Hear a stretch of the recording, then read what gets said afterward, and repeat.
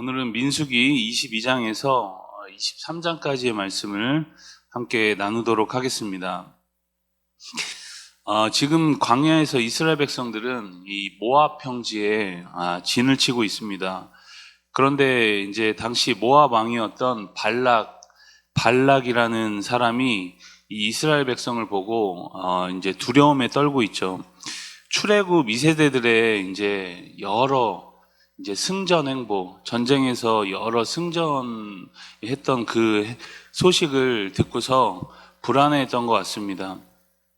그래서 발락은 당시 이방 술사였던 이제 발람, 이름이 좀 비슷합니다. 발락왕, 그리고 이방 술사였던 발람에게 사람을 보내서 하나님의 이제 백성을 이제 저주하게 하려고 한 거죠. 이제 전투에는 자신이 없고, 이제 무력에는 그들을 이길 자신이 없다 보니까 영적인 방법을 동원하려고 하는 겁니다.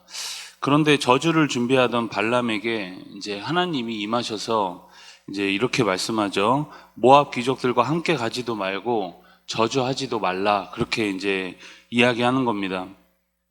그들은 이제 복 받은 사람들이니까 네가 저주할 필요도 없고 그들과 함께 가서 저주에 동참하지도 말라. 그 이야기였습니다. 발람은 하나님의 말씀으로 인해서 이제 모압 왕 발락이 보낸 귀족들과의 동행을 거절하고 하나님 뜻에 이제 순종을 하게 됩니다. 그런데 발락은 포기하지 않고 두 번째로 더 높은 고관들을 발람에게 보냅니다. 하나님은 본래 그들과 함께 가지도 말고 저주하지도 말라 분명히 말씀해서 그 말씀의 처음을 들었는데 시간이 지나고 또 더 좋은 조건들로 이제 유혹이 찾아오니까 발람이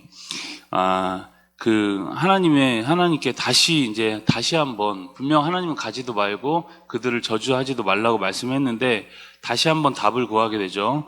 일단 고관들의 숙소를 마련해주고 하나님께서 무슨 말씀을 하실지 조금 더 구해보겠다 그렇게 이야기를 합니다. 그들의 요청은 분명했죠. 이스라엘을 저주해달라는 겁니다. 처음에는 거절했지만 두 번째 보냄받은 고관들의 요청에는 이제 발람이 흔들리고 있는 모습입니다. 결국 하나님은 그들과 함께 가라 그렇게 말씀을 합니다.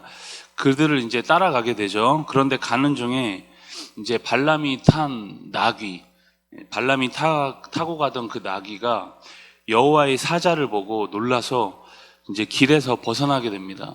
이제 발람도 보지 못한 것을 발람이 탄 나귀가 지금 보고 있는 거죠. 발람은 갑자기 말을 듣지 않는 이 나귀, 여호와의 사자가 이렇게 딱 서 있으니까 발람이 놀라서 길 옆으로 확 빠집니다. 그런데 이제 발람이 왜 그러는지 알 수 없으니까 나귀를 막 채찍질합니다. 나귀는 맞아도 계속 눈앞에 여호와의 사자가 보이니까 더 좁은 공간으로 들어가게 되는 거죠. 발람이 화가 나서 처음엔 채찍으로 때리다가 이제는 지팡이로 때립니다. 이런 상황에서 답답한 나귀의 말문을 하나님께서 이제 열어버리시죠. 굉장히 동화 같은 이야기, 넌센스 같은 이야기가 성경에서 나옵니다. 나귀의 말문이 열리고 나귀가 28절에 이렇게 이야기를 합니다. 우리 22장 28절을 같이 함께 읽겠습니다.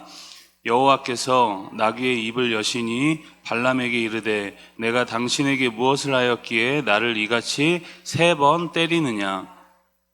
지금 나귀가 뭐라고 하죠? 내가 당신에게 무엇을 하였기에 나를 이같이 3번 때리느냐. 왜 때리냐는 거죠. 나는 분명 지금 눈앞에 뭐가 보여서 빠진 건데 왜 계속 때리냐는 겁니다. 억울하니까 나귀가 지금 이렇게 이야기를 하는 거죠. 그러면서 계속 말합니다. 나는 당신이 오늘까지 당신의 일생 동안 탄 나귀가 아니냐. 내가 언제 당신에게 이같이 하는 버릇이 있었더냐. 이제 자신을 변호하는 나귀의 말에 발람이 이제 수긍을 하게 됩니다. 이때 하나님께서 발람의 눈도 확 열어버리시죠. 그리고 나귀가 본 그 장면을 발람도 보게 됩니다. 발람이 바로 머리를 숙이고 엎드리게 됩니다. 하나님의 사자가 발람에게 뭐라고 이야기하냐면 나귀의 행동이 너를 살렸다 그렇게 또 이야기를 합니다. 발람이 뉘우치고 이제 온 길로 다시 돌아가려는 듯 합니다. 그러나 하나님의 사자는 그들을 따라가서 내가 시키는 대로 말만 하라 그렇게 명령을 합니다. 결국 발람이 이제 발락을 만나면서 22장이 마무리가 됩니다.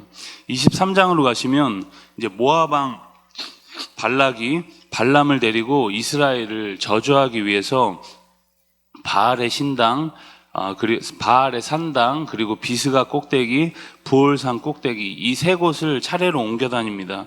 옮겨 다니는 곳마다 제단을 쌓고 희생 제사를 드리게 되죠.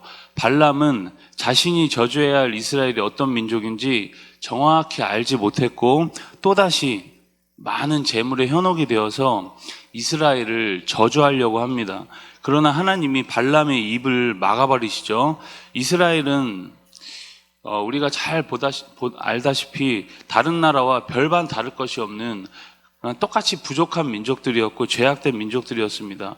모압에 비해서 그렇게 나은 면모가 있는 민족들이 전혀 아니었습니다.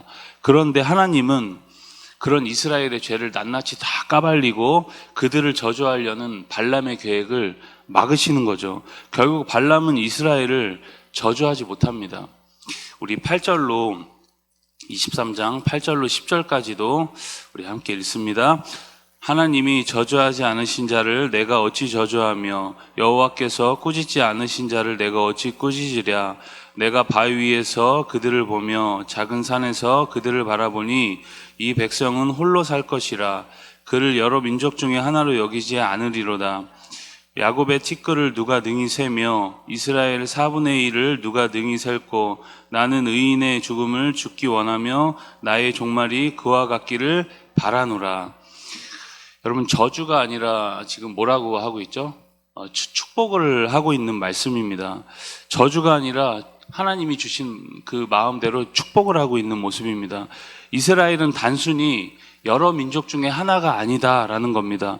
이스라엘을 향한 하나님의 이제 조건 없는 사랑을 선포하고 있는 것이고 이것이 바로 우리를 향한 하나님의 마음이라는 겁니다. 여러분, 세상이 우리를 아무리 욕하고 사단은 끊임없이 네 같은 것이 무슨 성도냐라고 우리를 끊임없이 참소하지만 그 어떤 것도 하나님의 사랑에서 우리를 끊을 것이 없다라는 것이 하나님의 본심이라는 거죠. 여러분, 이것이 성도된 우리의 특권이라는 겁니다. 여러분, 우리는 단순히 여러 사람들 중에 한 명이 아니다라는 것이 하나님이 우리를 향한 마음이라는 거죠. 가장 소중한 사람들이 바로 우리라는 겁니다. 주시기로 작정된 복을 내가 절대 돌이키지 않으시겠다라는 겁니다. 그래서 우리가 19절에서 21절 말씀도 같이 함께 읽겠습니다. 하나님은 사람이 아니시니 거짓말을 하지 않으시고 인생이 아니시니 후회가 없으시도다. 어찌 그 말씀하신 바를 행하지 않으시며 하신 말씀을 실행하지 않으시랴. 내가 축복할 것을 받았으니 그가 주신 복을 내가 돌이키지 않으리라. 야곱의 허물을 보지 아니하시며 이스라엘의 반역을 보지 아니하시는도다. 여호와 그들의 하나님이 그들과 함께 계시니 왕을 부르는 소리가 그들 중에 있도다. 아멘. 여러분, 하나님은 이스라엘의 허물과 잘못을 보지 않으십니다. 거기에 집중하지 않으시죠. 오히려 이방 술사였던 발람의 예언을 통해서 하나님의 본심을 드러내고 계십니다. 이들은 결코 하나님의 계획을 거스를 수 없다라는 것을 저주의 실패를 통해서 깨달아야만 했습니다. 그러나 그들은 깨닫지 못하죠. 계속 저주를 시도합니다.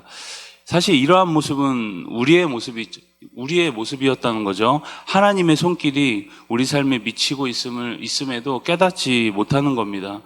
주님을 믿을 기회가 있었음에도 이제 믿지 못하는 사람들도 많이 있다는 거죠. 그럼에도 하나님은 우리의 허물을 보지 않으시고 계속 사랑으로 우리를 부르십니다. 그럼 오늘 우리가 그 사랑의 하나님, 끊임없이 우리를 부르시는 그 음성에 순종하시어서 오늘도 하나님의 뜻을 받드는 복된 날 다 될 수 있길 주님의 이름으로 축복합니다. 우리 민수기 22장과 23장의 말씀을 경청합니다. 주의 말씀은 내 발의 등이요 내 길의 빛이니이다.